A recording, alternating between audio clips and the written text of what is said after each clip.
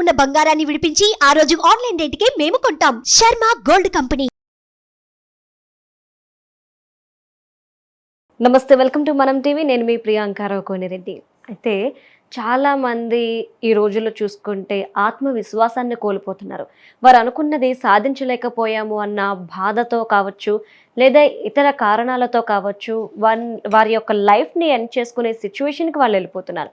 మరి అలాంటి వాళ్ళు అలాంటి డిసిషన్స్ తీసుకోకుండా వారు కోరుకున్నది, వారు అనుకున్నది ఎలా సాధించాలి, వాళ్ళని వాళ్ళు ఎలా మోటివేట్ చేసుకోవాలి అనే విషయాల్ని ఈరోజు మనకు తెలియజేయడానికి మనతో పాటు ఉన్నారు Vedic Mahavastu doctor BVSS Reddy గారు. వారిని అడిగి మరిన్ని విషయాలు తెలుసుకుందాం. నమస్కారం సార్. శివోమండి. సార్, ఇప్పుడు చూసుకుంటే ఇప్పుడున్న జనరేషన్ పిల్లల్లో ఆత్మవిశ్వాసం అనేది చాలా తగ్గిపోతుంది. పక్క వాళ్ళు ఏదో అన్నారనో, లేదంటే అనుకున్నది సాధించలేకపోయామన్నో చిన్న చిన్న రీజన్స్తో వాళ్ళ ఆత్మవిశ్వాసాన్ని కోల్పోయి లైఫ్ని ఎండ్ చేసుకునే సిచ్యువేషన్కి వాళ్ళు వెళ్ళిపోతున్నారు. అంటే అసలు ఈ సిచ్యువేషన్ నుండి వాళ్ళు బయటపడాలి అన్నా, అలానే వాళ్ళని వాళ్ళు మోటివేట్ చేసుకుని అనుకున్నది సాధించాలి అంటే అసలు ఏం చేయాలి అంటారు? శివోం. ఇక్కడ మీరు అన్నట్లు ఇప్పుడున్న జనరేషన్స్లో చీటికి మాటికి వాళ్ళు విపరీతమైన నిర్ణయాలు తీసుకోవడం జరుగుతుంది. ఇక్కడ యాంటోనీ అనే ఒక హీరో వాళ్ళ కూతురు కూడా రీసెంట్గా విజయ్ యాంటోనీ వాళ్ళ కూతురు కూడా సూసైడ్ చేసుకోవడం జరిగింది. విచిత్రం ఏంటంటే ఆయన ప్రపంచమంతా తిరిగి మోటివేషన్ అందరికీ చెప్తూ ఉంటాడు. సో ఇక్కడ ఏంటనంటే ప్రాబ్లం ఏంటనంటే ఇక్కడ స్క్రీన్ టైంకు ఎక్కువగా అడిక్ట్ అవుతున్నారు. ఎంతసేపు అయితే మనం బ్లూ రేస్ ఏవైతే వస్తుంటాయి కదా, అది బ్రెయిన్ను నిద్రపోనివ్వవు. అలర్ట్ అనేటి అంటే మనకు బ్రెయిన్లో మెలనిన్ రిలీజ్ కాకుండా ఎప్పుడు అలర్ట్గా ఉంచడానికి ఉంటుంది. అంటే మన బ్రెయిన్కు గుర్తేంటి, ఎప్పుడైతే మనం స్క్రీన్ చూస్తామో బ్రెయిన్ అలర్ట్గా ఉండాలి. Your ready to learn something, నువ్వు నేర్చుకోవాలనడానికి రెడీగా ఉండాలి. కాబట్టి ఆ రకంగా మెదడుకు అలసట అనేది అంటే విరామం లేకుండా కంటిన్యూగా అలసటను సృష్టించినప్పుడు అది డిప్రెషన్కి వెళ్ళిపోతుంది. ఇది ప్రధానంగా ఉంది. వీటితో పాటు తల్లిదండ్రులు కూడా వాళ్ళతో గడపడం అనేది తక్కువగా ఉంది. కాబట్టి కుటుంబము అనగానే ఒకప్పుడు మన కళ్ళు మూసుకొని పాత సినిమాలు చూస్తే ఏముంటుంది, వాళ్ళు వారానికి ఒకసారి పిక్నిక్ వెళ్ళడం, రోజు రాగానే వాళ్ళతో కూర్చొని మాట్లాడడం. అసలు యాక్చువల్గా మెయిన్ ఏంటంటే ఫుడ్ తినడం, అందరూ కూర్చొని భోంచేసేవాళ్ళు కింద కూర్చొని. అప్పుడు ఒకరి గురించి ఒకరు మాట్లాడుకోవడము, ఒకరికి ఒకరు తినిపించడము, ఇలా ప్రేమ ఆప్యాయత పెరిగేవి. ఎప్పుడైతే లవ్ అండ్ అఫెక్షన్ పెరుగుతాయో వాళ్ళకు ఒక కాన్ఫిడెన్స్ ఉంటుంది. ఇప్పుడు ఉన్న జనరేషన్లో వీక్లో ఒకసారి కూడా వాళ్ళు కలవడానికి టైం దొరకట్లేదు. సో ఇది ఏమవుతుందని అంటే డిప్రెషన్ మీద డిప్రెషన్ అలా వచ్చినప్పుడు వాళ్ళు పూర్తిగా కుంగిపోయి ఒకానొక స్టేజ్లో ఒక నెగిటివ్ స్టెప్, ఒక తీవ్రమైన స్టెప్ తీసుకోవడానికి అవకాశం ఉంటుంది. సో అలా కాకుండా ఉండాలని అంటే ఇప్పుడున్న జనరేషన్ ఏం చేయాలి అనేది మనం చూసుకున్నట్లయితే, మనది కొన్ని వేల సంవత్సరాలు ఉన్నటువంటి సనాతన ధర్మం ఉన్నటువంటి చరిత్ర భారతదేశం. సో యాక్చువల్గా మనం ఎక్కడ తప్పు పడ్డాము అని అంటే, బ్రిటిష్ వారు మనకు ఎంత తీవ్రమైన నష్టం చేయాలో అంత చేసి వెళ్ళారు. ఎందుకు? వాళ్ళ జాన్ మెకాలే సిస్టమ్ అనేది ఇంట్రడ్యూస్ చేసి. అంతవరకు గురుకులాలు ఉండేవి. గురుకులాలు అంటే గురువును మెప్పించి ఆయనకు సేవ చేసుకుని విద్యను పొందేవాళ్ళు, విద్య కొనేవాళ్ళు కాదు. ఇప్పుడు విద్యను అమ్ముకోవడం, కొనడం అనేది ఒక వ్యాపారంగా ఉంది. సో ఏంటి అలాంటి సిస్టము ఎందుకు ఇది ఉందని అంటే, ఒక చిన్న కథ చెప్తాను మీకు, ఆ మోటివేషన్ ఏంటి అనేది అర్థమవుతుంది. టిట్టిబా అని ఒక 2 పక్షులు ఉంటాయి, చాలా చిన్న పక్షులు. అవి 2 చాలా ఒక జంట ఉండేది, సముద్రం ఒడ్డున ఉండేవి, బాగా అవి జీవనం సాగించేటివి. అందులో ఆడ టిట్టిబా పక్షి వాళ్ళ సంతానానికి పెంపొందించుకోవడానికని ప్లానింగ్ చేసుకుంటున్నారు. అని అంటే ఇంకా నెక్స్ట్ ఇప్పుడు గుడ్లు పెట్టే దశ వస్తుంది. కాబట్టి మగ పక్షికి చెప్తుంది, టిట్టిబా పక్షికి, నువ్వు ఒక మంచి అనుకూలమైన ప్రదేశం చూడండి, ఎందుకనంటే మనం గుడ్లు పెట్టి మన పిల్లలకు మనం సురక్షితమైనది ప్లేస్లో మనం పెట్టుకోవాలి అని అంటే, అప్పుడు మగ టిట్టిబా పక్షి ఏం చెప్తుందనంటే, సముద్ర పొడ్డు కన్నా సురక్షితమైన ప్రదేశం ఎక్కడుంటుంది, కాబట్టి ఇక్కడ పెడితే ఎవరూ రారు, ఇక్కడ సేఫ్ అని చెప్తారు. తనేమంటుంది, అలా ఎలా సముద్రం అలలు వచ్చాయనుకోండి గుడ్లు వెళ్ళిపోతాయి కదా, అందుకోసమని అని అంటే, అప్పుడు మగ టిట్టిబా అంటుంది, ఈ సముద్రము నా పక్షి గుడ్లను తీసుకెళ్లడమా, అది అసంభవం, నేను ఇక్కడ నిలబడతాను, కాబట్టి ఇది ఎవ్వరూ తీసుకెళ్ళలేరు అని చెప్పంగానే అక్కడ సముద్రుడు వింటూ ఆయన కోపం వస్తుంది. చూడ్డానికి వేలడంత లేవు పక్షులు ఇవి నన్ను ఛాలెంజ్ చేస్తున్నాయా అని అంటే, సముద్రుడు ఏం చేయగలగుడులే అనేంత ఇది కాన్ఫిడెన్స్ ఇస్తుంది ఆడపక్షికి. అది చాలా ఆయన ఈగోను హర్ట్ చేస్తుంది సముద్రుడికి. కాబట్టి ఆయన చూస్తూ ఉంటాడు, వీళ్ళు ఎప్పుడు పక్షి గుడ్లు పెట్టాలి, నేను తీసుకెళ్తానని చూస్తాడు. ఆ టైం రానే వస్తుంది. కాబట్టి మగపక్షి చెప్పినట్లు అక్కడే ఇసుకలో గుడ్లు పెట్టేస్తుంది ఆడపక్షి.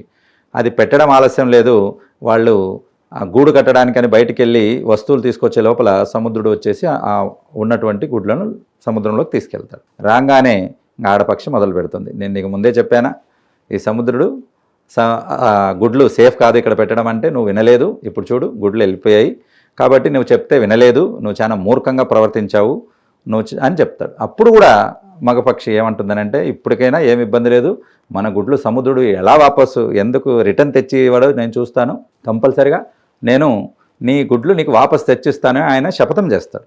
ఇప్పుడు ఆశ్చర్యపోతుంది, ఏంటి ఇప్పుడు కూడా మొండితనమేనా, ఇప్పుడైనా నువ్వు ఒప్పుకో, మనము అల్పజాతి పక్షులము, సముద్రుడికి ఎదురు వెళ్ళలేము, ఒక అల వస్తే ఇద్దరము కొట్టుకొని పోతాము, అలాంటిది ఈ సముద్రంతో పోటీపడి మన గుడ్లు మనకి ఎలా వాపసు తీసుకొని రాగలుగుతావు అనుకుంటున్నావని అంటే ఆయన తన ప్లాన్ ఎక్స్ప్లెయిన్ చేస్తాడు. ఏంటి అని అంటే, మనము ఈ ఇసుకను సముద్రంలో వేసి సముద్రపు నీళ్ళన్నీ బయటికి తోడేద్దాం, అప్పుడు సముద్రుడే మనకు లొంగిపోతాడు అని అంటాడు. అంటానే సముద్రుడు నవ్వుకుంటూ ఉంటాడు, ఇంత చిన్న పక్షులు సముద్రంలో ఉన్న నీళ్లు బయటికి తోడేస్తాయా, ఆ ఇసుకను తీసుకొచ్చి నీళ్ళను బయటికి తోడేస్తాయా అని నవ్వుకుంటూ ఉంటాడు.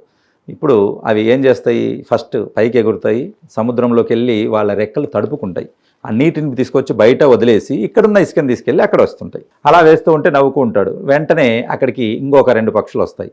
ఏం చేస్తున్నారు మీరు అని అడగానే వాళ్ళకి మొత్తం స్టోరీ చెప్తుంది. ఇలా మా గుడ్లు తీసుకెళ్లారు, కాబట్టి మేము సముద్రంలో నీళ్ళన్నీ బయటికి తీసేసి మా గుడ్లు మేము వెనక్కి తీసుకోవాలనుకుంటున్నాము అనగానే, ఓహో మన పక్షి జాతికి మనం సాయం చేయాలి కదా, మనుషుల మాదిరి కాదు అవి, బిజినెస్ మాదిరి, సో అవి ఒకటే జాతికి మేలు చేసుకుంటాయి, కాబట్టి మేము కూడా వస్తామని 2 పక్షులు యాడ్ అయ్యాయి. అలా చేయంగానే ఇంకో ఒక జాతి పక్షులు వచ్చాయి. ఇలా ఒకటికి వచ్చి కొన్ని లక్షల పక్షులు రావడం మొదలు పెడతాయి. అన్నీ చేయంగానే కొంచెం డౌట్ స్టార్ట్ అవుతుంది సముద్రుడికి, ఇదేదో పెద్దగా చేస్తున్నాయి, ఫస్ట్ ఏదో 2 చిన్న పక్షులు అనుకున్నాను, కానీ మొత్తం ఇది చూస్తే అన్ని పక్షులను తీసుకొచ్చేసింది అని చెప్పేసి అక్కడ పక్షిరాజైన గద్ద వస్తాడు. గద్ద వచ్చి చూశాక ఏంటనంటే, ఇలా అన్యాయం చేసింది మా పక్షులను సముద్రుడు తీసుకెళ్ళాడు, కాబట్టి మేము సముద్రాన్ని అంతా తీసేస్తున్నాము అని చెప్పంగానే, ఓహో మీకు నేను కూడా సాయం చేస్తాను, మన పక్షిరాజైన గరుత్మంతుని నేను తీసుకొని వస్తాను అని చెప్పేసి తను వైకుంఠం వెళ్తుంది. గద్ద వెళ్ళి అక్కడికి వెళ్ళేసి, చూసారా పక్షులకు ఇంత గొప్ప అన్యాయం జరుగుతుంది, మీరు ఏం చేస్తున్నారు, మీరు న్యాయం చేయాలి రండి అనగానే, ఆయన వైకుంఠంలో ఎవరి కోసం ఉంటారు, గరుత్మంతుడు స్వామివారి సేవ చేయడానికి ఉంటాడు, శ్రీ మహావిష్ణువు వాహనం ఆయన, కాబట్టి ఆ పనులన్నీ వదిలేసి నా జాతికి ఇబ్బంది వచ్చితే నేను సహాయం చేయకపోతే ఇలా అని ఆయన వచ్చేసి ఆయన ఏకంగా పెద్ద పెద్ద పర్వతాలే తీసుకొచ్చి వేయడం మొదలు పెడతాడు.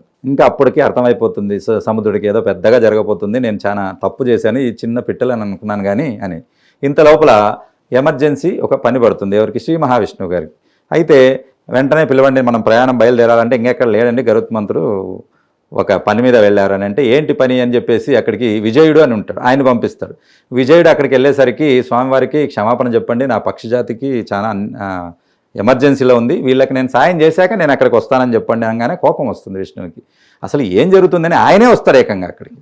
ఆయన వచ్చి చూశాక మళ్ళీ ఆయనకు కథంతా వివరంగా చెప్తాయి పక్షులు, ఇలా మేము గుడ్లు పెట్టడం, మా గుడ్లు తీసుకెళ్లడం, మేము సముద్రాన్ని తీసేస్తానని శపథం చేయడం, అలా చేస్తూ ఉన్నాము అనగానే ఆయనకు సముద్రుడి యొక్క ఈగో మీద ఆయన విర్రవీగడం, గర్వం మీద కోపం వచ్చి వెంటనే సముద్రుడిని పిలుస్తాడు. పిలుస్తానే వణికిపోయి వస్తాడు సముద్రుడు. మహాప్రభు తప్పైంది క్షమించండి అని చెప్పంగానే వాళ్ళ గుడ్లు వాళ్ళకు రిటర్న్ ఇచ్చేసేయండి అంటాడు. రిటర్న్ ఇచ్చేయంటానే తీసుకొచ్చి ఆ పక్షులకు రిటర్న్ ఇచ్చేస్తాడు. ఇచ్చేశాక అప్పుడు గరుత్మంతుడు ఆయనకు థ్యాంక్స్ చెప్పి నా పక్షి జాతికి మేలు చేశారని చెప్పేసి ఆయన వాహనంగా మళ్ళీ ఆయన పనికి పోతాడు, ఎవరి పనులకు వాళ్ళు కనెక్ట్ అవుతారు. సో దీంతో మనకి ఏమర్థం అవుతుందని అంటే, వేలడంత లేని పక్షులు 3 వంతులు ఉన్నటువంటి సముద్రుడిని వాళ్ళని భయపెట్టగలిగి పని చేయించుకోగలిగారు. ప్రతి ఒక్కరూ ఇది ఆలోచించాలి. ఇక్కడ ఎక్కడ లాస్ అవుతుందని అంటే సంకల్పం, ఆ దృఢ సంకల్పం, ఆత్మవిశ్వాసం అనేది తగ్గిపోతుంది. ఈ పని నేను చేయగలనా అనుకున్నప్పుడు క్వశ్చన్ మార్క్ వస్తే మీరు ఆగిపోతారు. చేయగలను అనేది మీరు పెట్టుకుని కామా పెట్టుకుంటే ఆ జర్నీ స్టార్ట్ అవుతుంది. ఎదుటి వాళ్ళు మీరు కంపల్సరిగా వాటితో పోటీపడి గెలవగలుగుతారు. సో అది ఇప్పుడు గెలవాల్సింది ఎవరి మీద, మీ యొక్క డిప్రెషన్ మీద. అలా డిప్రెషన్ మీద నుంచి గెలవగలగాలంటే నేను చెప్పినది ఒక చిన్న కథ. అలాంటివి మనకు రామాయణం, మహాభారతంలో, భాగవతంలో ఎన్నో ఉన్నాయి. యాక్చువల్గా భగవద్గీత అన్నది మనిషికి ఒక మాన్యువల్, ఒక ప్రోడక్ట్ మీరు ఏదైనా కొంటే ఒక మాన్యువల్ ఇస్తారు. యాక్చువల్గా అయితే అది ఫ్రీగా ఇస్తారు కాబట్టి దాన్ని తీసుకొచ్చి ఇంట్లో పడేస్తారు. దానికి రిపేర్ వచ్చినప్పుడు మళ్ళీ దాంట్లో ఇబ్బంది పడుతుంటారు. యాక్చువల్గా ఆ మెషిన్ ఎలా ఆపరేట్ చేయాలి, ఏ బటన్ ఎప్పుడు నొక్కాలి, ఎక్కడ రిపేర్ వస్తే ఏం చేయాలని ఒక మాన్యువల్ ఇస్తారు. అలాగా మనము పుట్టినప్పుడు మనతో పాటు ఇచ్చిన ఒక అద్భుతమైన గిఫ్ట్ మాన్యువల్ భగవద్గీత. కాబట్టి పుట్టినప్పటి నుంచి అంతమైనంత వరకు మనకి ఏ ప్రాబ్లం వచ్చినా అందులో సొల్యూషన్ ఉంటుంది, డీకోడెడ్ సొల్యూషన్ అన్నట్టు. అది మనం చదివితే మనకు అర్థమవుతుంది. చాలా మందికి ఆ విషయం తెలియదు. భగవద్గీత అంటే కేవలం మతపరమైన గ్రంథం అనుకుంటారు, కాదు. ఏ మతం వాళ్ళైనా మీకు వచ్చిన సమస్యకు సొల్యూషన్ అందుకో వెతుకోవచ్చు. కాబట్టి ఇక్కడ ఏంటంటే ఈ దృఢ విశ్వాసం ఇది వెళ్ళాలనంటే మీరు ఫస్ట్ ఆధ్యాత్మిక వైపు రావాలి. ఆధ్యాత్మికత వైపు మీరు ఎప్పుడైతే వస్తారో మీరు యూనివర్స్కి కనెక్ట్ అవుతారు. యూనివర్స్కి కనెక్ట్ అవుతే ఈ పక్షిలాగా టోటల్ ప్రపంచమే మీకు సాయం చేయడానికి ముందుకు వస్తుంది. కాబట్టి దానికి ఏం కావాలి అంటే మీ మీద మీకు దృఢమైన విశ్వాసం కావాలి, మీ మీద మీకు ఒక మంచి నమ్మకం కావాలి. ఎస్ ఇది నేను చేయగలను, ఐ క్యాన్ అన్నవాలి. అందరూ కాంట్లో ఉన్నారు, ఐ కాంట్ అంటారు. కాంట్ కాదు, ఆ టీ తీసేసేయండి, ఐ క్యాన్ అవుతుంది. సో ఈ ఐ క్యాన్ అనేది మీరు ఎప్పుడైతే అనుకుంటారో మీకు పంచభూతాలు తోడొస్తాయి.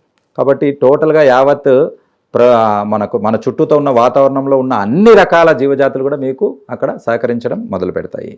కాబట్టి ఈ యూనివర్సే ఇంటర్ కనెక్టెడ్ అండి. యాక్చువల్గా అయితే ఏంటనంటే మీకు తెలుసా తెలీదో, ఒక పక్షి మీద ఒక చెట్టు మీద ఉన్నటువంటి పువ్వు మీద పుప్పొడి రేణువులు ఇంకొక చెట్టు మీద నుంచి వస్తే కానీ అది కాయదు. మరి ఎవరు తీసుకొస్తారు? ఒక పక్షి కానీ, ఒక తుమ్మెద కానీ, ఒక సీతాకోక చిలుకలు కానీ ఏవైనా ఆ పుప్పొడి ఇస్తుంది వాటికి. అది ఏంటి తినడానికి.